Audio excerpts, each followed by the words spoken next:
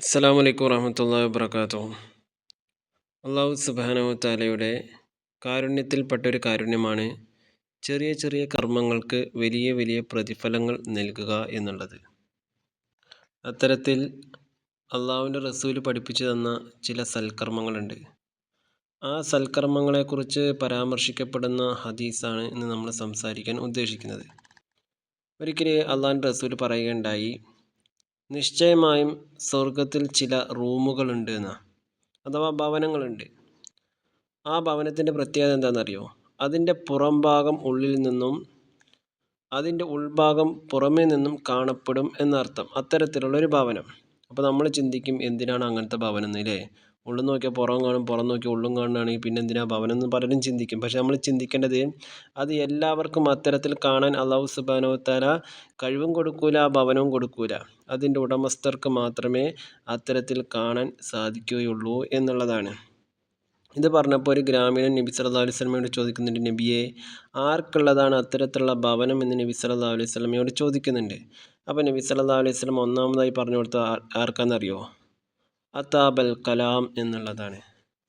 സംസാരം നന്നാക്കുന്നവന് സ്വർഗത്തിൽ ഈ പറയപ്പെട്ട പോലത്തെ ഭവനം ലഭിക്കും എന്നുള്ളതാണ്. രണ്ടാമതായി പറഞ്ഞു ഭക്ഷണം നൽകുന്നവനും അല്ലാഹു സുബ്ഹാനഹു വ തആല സ്വർഗത്തിൽ ഇത്തരത്തിലുള്ള ഭവനം നൽകുന്നുള്ളതാണ്. 3 എന്ന് പറഞ്ഞത് സിയാം, നോമ്പ് പതിവാക്കുന്നവനും ഇത്തരത്തിൽ അല്ലാഹു സുബ്ഹാനഹു വ തആല സ്വർഗത്തിൽ ഭവനം കൊടുക്കുന്ന. ഇനി 4-മത്തേതാണ് വസല്ല ബില്ലൈലി വന്നാസ് നിയാം, ജനങ്ങളെല്ലാം ഉറങ്ങുമ്പോൾ രാത്രിയിൽ നമസ്കരിക്കുന്നവനും ഇത്തരത്തിലുള്ള ഭവനം അല്ലാഹു സുബ്ഹാനഹു വ തആല സ്വർഗത്തിൽ കൊടുക്കും എന്നുള്ളതാണ്. ഈ 4 വിഭാഗം ആളുകളെയാണ് നബി സല്ലല്ലാഹു അലൈഹി വസല്ലമ ഈ ഹദീസിൽ പരാമർശിക്കപ്പെട്ടത്. ഈ ഹദീസിൽ പരാമർശിക്കപ്പെട്ട 4 വിഭാഗം ആളുകളിലും നമുക്ക് ഉൾപ്പെടാൻ പറ്റും എന്നുള്ളത് തന്നെയാണ്. കാരണം അത്രയും എളുപ്പമാകുന്ന 4 കാര്യങ്ങളാണ് അള്ളാഹുവിൻ്റെ റസൂൽ നമുക്ക് പഠിപ്പിച്ചു തന്നത്. ഇത്രയും കാലം നമ്മുടെ ജീവിതത്തിൽ നമ്മളിത് ചെയ്യാത്തതാണെങ്കിൽ ഇന്ന് മുതലെങ്കിലും എന്ത് ചെയ്യുക? ഈ കർമ്മങ്ങൾ നമ്മുടെ ജീവിതത്തിൽ ചെയ്യാൻ വേണ്ടി നമ്മൾ ശ്രമിക്കുക എന്നുള്ളതാണ്. പിന്നെ അതേപോലെ തന്നെ ഇതിൽ പറഞ്ഞല്ലോ, സ്ഥിരമായി നോമ്പ് നോക്കുക എന്നുള്ളത്. ഈ സ്ഥിരമായി നോമ്പ് നോക്കുക എന്നുകൊണ്ട് ഉദ്ദേശിക്കുന്നത് സുന്നത്താക്കപ്പെടുന്ന നോമ്പുകളാണ്. നമുക്കറിയാലോ, നബി സല്ലല്ലാഹു അലൈഹി വസല്ലമ നമുക്ക് സുന്നത്താക്കപ്പെടുന്ന നോമ്പുകൾ പഠിപ്പിച്ചു തന്നിട്ടുണ്ട്. അതൊക്കെ നമ്മൾ നോക്കാൻ വേണ്ടി ശ്രമിക്കുക എന്നുള്ളത് കൂടിയാണ് അതുകൊണ്ട് ഉദ്ദേശിക്കുന്നത്. അതുകൊണ്ട് ഈ ഹദീസ് നമ്മൾ മനസ്സിലാക്കിയ നമ്മെ സംബന്ധിച്ചിടത്തോളം നമ്മുടെ ജീവിതത്തിൽ ഇത് പ്രാവർത്തികമാക്കാൻ നമ്മൾ ശ്രമിക്കുക.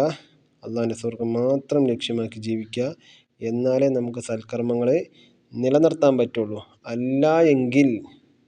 അല്ല എങ്കിലാണ് ചില ആളുകൾ നിങ്ങൾ കണ്ടിട്ടില്ലേ, 1-2 ദിവസമൊക്കെ ഭയങ്കര ഉഷാറായിരിക്കും, പിന്നെ അങ്ങോട്ടേ ഡൗൺ ആയിട്ടുണ്ടാകും. അതെന്തുകൊണ്ടാണെന്നറിയോ? അവർക്ക് സ്വർഗത്തെക്കുറിച്ചുള്ള ലക്ഷ്യബോധം ഇല്ലാത്തതുകൊണ്ട്. എന്നാൽ സ്വർഗത്തെക്കുറിച്ച് ലക്ഷ്യബോധമുള്ളവന് എന്നും ഒരേപോലെ അവൻ സൽക്കർമ്മം ചെയ്യാൻ അവൻ തയ്യാറാവും എന്നുള്ളതാണ്. അത്തരത്തിലുള്ള കൂട്ടത്തിൽ നമ്മൾ ഉൾപ്പെടാൻ ശ്രമിക്കുക. അത് നമ്മെ അതിനെ അനുഗ്രഹിക്കുമാറാകട്ടെ.